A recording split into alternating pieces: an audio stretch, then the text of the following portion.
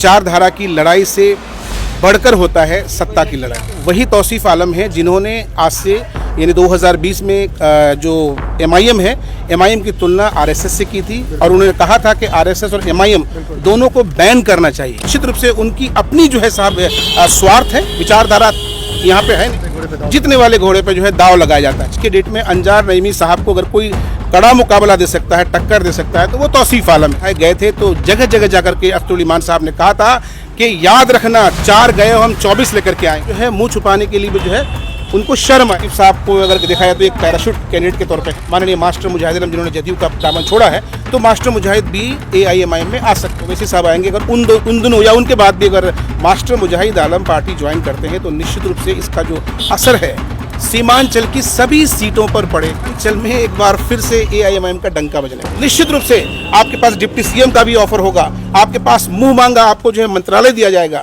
आपको वेलकम करेंगे। आज तौसीफ साहब एक जमीनी नेता हैं, उन्होंने गरीबी देखा है, मुफलिसी देखा है, संघर्ष किया है, तब जाकर के उन्होंने जो है कई तरह की चीज़ों को झेल करके वो विधायक बने, निर्दलीय विधायक बने। उसके बाद फिर वो कांग्रेस के भी कई दफ़ा के विधायक रहे, लेकिन निर्दलीय शुरू मैंने कहा कि निर्दलीय विधायक रहे। लेकिन वो कहते हैं ना कि विचारधारा की लड़ाई से बढ़कर होता है सत्ता की लड़ाई। एक विधायक जब हार जाता है तो उसको हमेशा इस बात की लालसा रहती है कि किसी भी तरह हो, साम दाम दंड भेद कैसे भी हो, वो जो है साहब विधायक या सांसद जिस पद पर वो आसीन था उस पद पर वो काबिज रहे।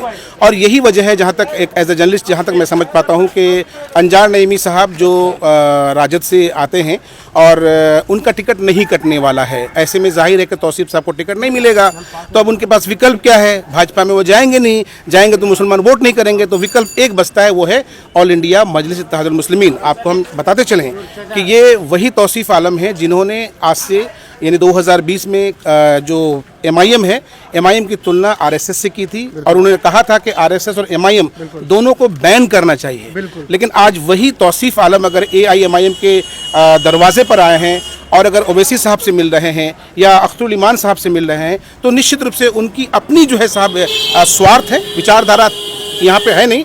यहाँ उनका अपना स्वार्थ है, क्योंकि उनको हर हाल में, हर सूरत में विधायक बनना है। और पार्टी की भी अपनी मजबूरी है भाई, हर पार्टी चाहती है कि हमारा उम्मीदवार ऐसा हो जो सीट निकाल सके। जितने वाले घोड़े पे जो है दाव लगाया जाता है। और मैं एक एज ए जर्नलिस्ट जब हम जाते हैं पब्लिक में और लोगों से जो उनका ओपिनियन लेते हैं, बाइट लेते हैं, और ओवरऑल अगर हम देखें तो आज के डेट में अंजार नईमी साहब को अगर कोई कड़ा मुकाबला दे सकता है, टक्कर दे सकता है, तो वो तौसीफ आलम है। इसलिए असदुद्दीन ओवैसी साहब और अख्तरुल ईमान साहब ने तौसीफ साहब पर दाव खेला है। उन्हें लगता है, और आपको याद रखना चाहिए कि जब ये 4 विधायक गए थे तो जगह जगह जाकर के अख्तरुल ईमान साहब ने कहा था कि याद रखना 4 गए हो, हम 24 लेकर के आएंगे। और एक इन दिनों सोशल मीडिया पे ओवैसी साहब का एक वीडियो काफ़ी वायरल हो रहा है, जिसमें ओवैसी साहब ये बोलते हुए देखे जा रहे हैं कि वो एक शब्द है जो मैं यहाँ इस्तेमाल नहीं करूँगा, कि उनको सबक सिखाया जाएगा और यकीनी तौर पर एक वक्त ऐसा आएगा जब ये जो है मुँह छुपाने के लिए भी जो है उनको शर्म आएगी। क्या लगता है इसके बाद बहादुरगंज विधानसभा की राह जो एमआईएम के लिए आसान हो जाएगी? क्योंकि लोकसभा हो या विधानसभा में हमेशा जो प्रतिशत एमआईएम की बढ़ती ही जाती है, और अब तौसीफ आलम आ गए, क्या लगता है? देखिए, एक चीज़ यहाँ पे मैं ऐड करना चाहूँगा। जाहिर है तौसीफ साहब को अगर देखा जाए तो एक पैराशूट कैंडिडेट के तौर पे हैं, लेकिन उससे पहले जो लोग पार्टी के लिए मेहनत कर रहे हैं और लंबे समय से मेहनत कर रहे हैं, उनको ये इस बात की उम्मीद थी कि भाई हमें उम्मीदवार बनाया जाएगा। ऐसे में वो लोग नाराज़ हैं, काफ़ी नाराज़ हैं, और उन्होंने 30 तारीख तक का अल्टीमेटम दिया है। लेकिन जिस तरीके से अभी हमारी अख्तरुल ईमान साहब से बात हुई तो उन्होंने स्पष्ट कर दिया कि जितने हमारे साथी हम सबको मना लेंगे।